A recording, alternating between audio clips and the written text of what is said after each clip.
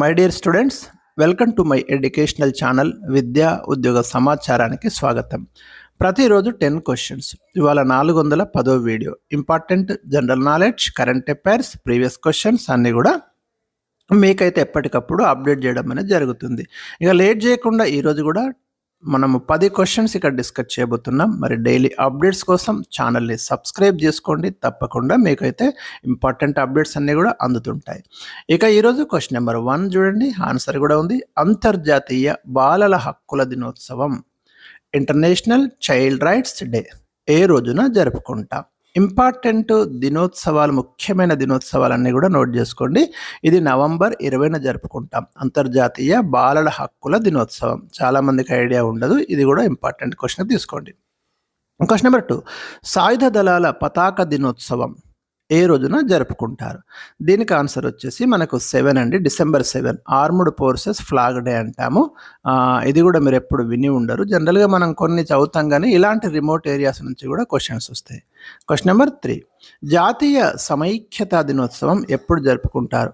National integration day ఏ రోజున జరుపుకుంటారు? ఇక్కడ చూడండి, నవంబర్ 19 అండి. ఇందిరాగాంధీ, మాజీ ప్రధానమంత్రి ఇందిరాగాంధీ యొక్క జయంతిని మనం నేషనల్ ఇంటిగ్రేషన్ డేగా సెలబ్రేట్ చేస్తున్నాం. కాబట్టి ఇది గతంలో కూడా ప్రీవియస్ క్వశ్చనే మనకి. 1917 నవంబర్ 19న ఇందిరాగాంధీ జన్మించారు. Question number 4 from Indian polity, కేంద్ర పాలిత ప్రాంతాల గురించి భారత రాజ్యాంగంలోని ఏ భాగంలో కలదు? చాలాసార్లు కాంపిటేటివ్ ఎగ్జామ్స్లో రిపీటెడ్ క్వశ్చన్ ఇది. మనకు కేంద్ర పాలిత ప్రాంతాల గురించి భారత రాజ్యాంగంలో ప్రస్తావించబడింది. వాటి యొక్క పాలనా విధానం కావచ్చు, వాటి యొక్క ఏర్పాటుకు సంబంధించి చాలా కీలక అంశాలు మనకు రాజ్యాంగంలోని 8వ భాగంలో ఉన్నాయి. గుర్తుంచుకోండి, చాలా చాలా ఇంపార్టెంట్. మరి యూనియన్ టెరిటరీస్ ప్రజెంట్ అయితే భారతదేశంలో 8 కేంద్ర పాలిత ప్రాంతాలు ఉన్నాయి. వాటి యొక్క అడ్మినిస్ట్రేషన్ సంబంధించి వివరాలు అవన్నీ కూడా మనకు ఏ భాగంలో ఉంటాయంటే ఇండియన్ కాన్స్టిట్యూషన్లో 8వ భాగంలో ఉంటాయి. 8 కేంద్ర పాలిత ప్రాంతాలు ఉన్నాయి. ఇట్లయినా మీరు లింక్ చేసుకోండి. Okay, right. క్వశ్చన్ నెంబర్ 5, కేంద్ర పాలిత ప్రాంతాల పాలన కొరకు రాష్ట్రపతి ఎవరిని నియమిస్తాడు? మనందరికీ తెలుసు, రాష్ట్రాలకైతే ముఖ్యమంత్రి ఉంటాడు. మరి యూనియన్ టెరిటరీస్ను అడ్మినిస్ట్రేషన్ చేయడానికి ప్రెసిడెంట్ ఎవరిని అపాయింట్ చేస్తాడు? ఇక్కడ 2 రకాలు ఉంటారు. ఒకటి లెఫ్టినెంట్ గవర్నర్ లేదా అడ్మినిస్ట్రేటర్, వీళ్ళని నియమిస్తాడు. ప్రజెంట్ అయితే మనకు 5 కేంద్రపాలిత ప్రాంతాలకు లెఫ్టినెంట్ గవర్నర్లు ఉన్నారు. మిగిలిన వాటికేమో అడ్మినిస్ట్రేటర్స్ ఉన్నారు. చండీగఢ్, లక్షద్వీప్, డామన్ డయ్యు, దాద్రా నగర్ హవేలీ. వీటికైతే అంటే ఈ డామన్ డయ్యు, దాద్రా నగర్ హవేలీ అంతా కలిపి ఒకటే ఉందండి, ఒకటే కేంద్రపాలిత ప్రాంతంగా చేశారు. వీటికైతే మనకు అడ్మినిస్ట్రేటర్స్ ఉన్నారు. మిగిలిన 5టికి మాత్రం లెఫ్టినెంట్ గవర్నర్స్ అయితే మనకు ఉండడం జరిగింది. సో ఇది మీరు చూసుకోండి. క్వశ్చన్ నెంబర్ 6, శాసనసభలు కలిగిన కేంద్రపాలిత ప్రాంతాలు ఏవి? మనకు ఒక 3కి శాసనసభలు ఉన్నాయండి. ఒకటేమో పుదుచ్చేరికి, ఇది union territory. General union territory అన్నప్పుడు శాసనసభలు ఉండవు, ముఖ్యమంత్రి ఉండడు. కానీ 8ట్లో 3కి పరిమిత అధికారాలు కలిగినటువంటి శాసనసభలు ఉంటాయి. అంటే జనరల్గా అన్ని స్టేట్స్కి ఉన్నటువంటి పవర్స్ ఇక్కడ ఉండవు ఈ శాసనసభకు, కానీ కొన్ని లిమిటెడ్ పవర్స్ ఉంటాయి. మీరు పుదుచ్చేరిలో శాసనసభ ఉంది, ఢిల్లీలో ఉంది, 1992లో శాసనసభ ఏర్పాటు చేశారు. జమ్మూ కాశ్మీర్కి శాసనసభ ఉంది, అది యూనియన్ టెరిటరీ. మనము 2019 అక్టోబర్ 31న దాన్ని యూనియన్ టెరిటరీగా మార్చినాం రాష్ట్రాన్ని. లడాక్ అండ్ జమ్మూ కాశ్మీర్ 2 ఏర్పాటు చేసినాం. అందులో మీకు జమ్మూ కాశ్మీర్కి మళ్ళీ అసెంబ్లీ ఉంది, ముఖ్యమంత్రి ఉంటాడు. సో ఇది ఈ 3, ఎందుకంటే గతంలో ప్రీవియస్ క్వశ్చన్ ఉంది పుదుచ్చేరి, ఢిల్లీకి సంబంధించి.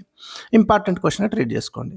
క్వశ్చన్ నెంబర్ 7, భారత రాజ్యాంగం ప్రకారం అవశిష్ట జాబితాలోని అంశాలపై చట్టం చేసే అధికారం ఎవరికి ఉంటుంది? అంటే మనకు కేంద్ర జాబితా, రాష్ట్ర జాబితా, ఉమ్మడి జాబితా ఇట్లా ఉంటాయి కదా పవర్స్. కేంద్ర జాబితాలో ఉన్న అంశాల మీద కేంద్రమే చట్టాలు చేస్తుంది, రాష్ట్ర జాబితాలో ఉన్న రాష్ట్రం చేస్తుంది. ఉమ్మడి జాబితాలో ఉంటే ఇద్దరు చేయొచ్చు. మరి అవిట్లో చేరకుండా ఇంకా కొన్ని ఉంటాయి, అవశిష్ట అంశాలు అంటాం వాటిని. అలాంటి వాటి మీద చట్టం ఎవరు చేయాలి అంటే ఆ పవర్ ఎవరికి ఉంటుంది అంటే పార్లమెంట్కే ఉంటుంది. Right, very very important question, previous question కూడా ఇది. ఈ విధానాన్ని ఎక్కడి నుంచి తీసుకున్నాం మనం? కెనడా నుండి తీసుకున్నారు. కేంద్ర జాబితా, రాష్ట్ర జాబితా, ఉమ్మడి జాబితాలో ఈ 3ఇంట్లో చేరినటువంటి అంశాలను అవశిష్ట అంశాలు, రెసిడ్యువల్ పవర్స్ అని పేర్కొంటారు. క్వశ్చన్ నెంబర్ 8 చూద్దాం. రాష్ట్ర జాబితాలోని అంశంపై పార్లమెంటు ఏ నిబంధన ప్రకారం 1 సంవత్సర కాలానికి అమలులో ఉండే విధంగా చట్టం చేస్తుంది? జనరల్‌గా రాష్ట్ర జాబితాలో ఉన్న అంశాలపై పార్లమెంటు చేయరాదు. కానీ భారత రాజ్యాంగంలో ఏదైనా ఎమర్జెన్సీ కండిషన్స్‌లో ఆర్టికల్ 249 ప్రకారము పార్లమెంటు 1 సంవత్సరం అమల్లో ఉండే విధంగా చట్టం చేయొచ్చు. రాష్ట్ర జాబితా అంశాల మీద కూడా చట్టం చేయొచ్చు అన్నట్టే కదా, రైట్? అంటే ఇక్కడ కండిషన్ ఉంది. ఇక్కడ జాతీయ ప్రయోజనాల దృష్ట్యా రాజ్యసభ, అది కూడా ఇక్కడ చూడండి, రాజ్యసభ అంటున్నాడు. ఇక్కడ రాజ్యసభ 2/3 మెజారిటీతో ఒక తీర్మానం చేస్తే ఆ తీర్మానాన్ని లోక్సభ కూడా ఆమోదిస్తే పార్లమెంటు అప్పుడు రాష్ట్ర జాబితాలోని అంశంపై చట్టం చేస్తుంది. ఇది condition. Question number 9, extra territorial legislation అంటే ఏమిటి? పార్లమెంటు రూపొందించే చట్టాలు దేశంలోని పౌరులతో పాటు ఇతర దేశాలలో ఉన్నటువంటి భారతీయులకు కూడా వర్తించడాన్ని ఏమంటారంటే ఎక్స్ట్రా టెరిటోరియల్ లెజిస్లేషన్ అంటారు. అంటే మన ఇండియన్స్ అమెరికాలో ఉన్నారనుకోండి, మనం ఒక చట్టం చేస్తే ఇక్కడ వర్తిస్తుంది, ఈ పౌరులు అమెరికాలో కూడా ఉన్నారంటే వాళ్ళకు కూడా వర్తిస్తుంది. సో అదన్నట్టు ఇక్కడ పాయింట్. క్వశ్చన్ నెంబర్ 10, ఇదేమో ఫిజిక్స్ నుంచి క్వశ్చన్. ధ్వని ప్రయాణం చేయడానికి తప్పనిసరిగా ఏది ఉండాలి? ధ్వని ప్రయాణం చేయాలంటే యానకం ఉండాలండి, కంపల్సరీ. అది యానకం ఉంటేనే ప్రయాణం చేస్తుంది. ద్రవ పదార్థాలలో ధ్వని ప్రయాణిస్తుంది, ఆ గాలిలో ధ్వని ప్రయాణిస్తుంది. గాలి లేకుంటే ధ్వని ప్రయాణించదు. ఖచ్చితంగా ఏదో ఒక మీడియం అనేది డెఫినెట్గా ఉండాలి. మీరు అదే మరి ఆ కాంతి చూస్తే కాంతి శూన్యంగా ఉండా కూడా ప్రయాణిస్తుంది. కానీ ధ్వనికి మాత్రం డెఫినెట్గా ఏదో ఒక మాధ్యమం అనేది ఉండాలి.